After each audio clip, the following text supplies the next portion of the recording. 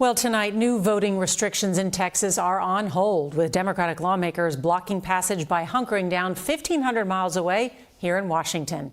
And President Biden is speaking out forcefully against Republicans who've already changed election laws in more than a dozen other states.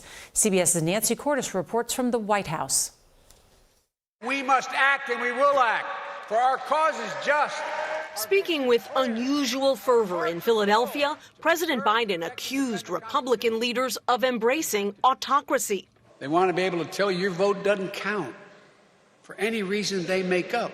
Since President Biden defeated Donald Trump last November, legislatures in 17 states have passed 28 laws that make it harder to vote. We'll be asking my Republican friends in Congress and states and cities and counties to stand up for God's sake and help prevent this concerted effort to undermine our election and the sacred right to vote. Have you no shame? Even as he spoke, dozens of Texas House Democrats were fanning out across Capitol Hill, one day after they fled the state by private jet. We're hoping that Congress would understand the urgency.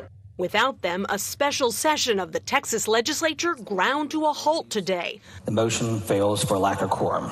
Holding up a vote on a GOP bill that would scale back vote by mail and give more rights to partisan poll watchers who could intimidate voters. The bill would also criminalize drive-through voting and other measures aimed at easing voting. It doesn't make voting more difficult. Texas Governor Greg Abbott threatened to arrest the fleeing Democrats when they return. And he said stalling won't work. I will be calling special session after special session after special session all the way up until Election Day of next year if I have to. And Nancy joins us now from the White House. You know, the president today called the fight against voting rights the test of our time. What about those Democrats who say he's not doing enough? That's right, Nora. And they say that because as emphatic as the president was today, calling for sweeping voting rights legislation, these activists and progressives argue that Congress is simply not going to have the votes to pass that legislation unless the Senate changes its filibuster rules. And that is something that the president has been reluctant to embrace, at least so far. Nancy Cordes at the White House, thank you.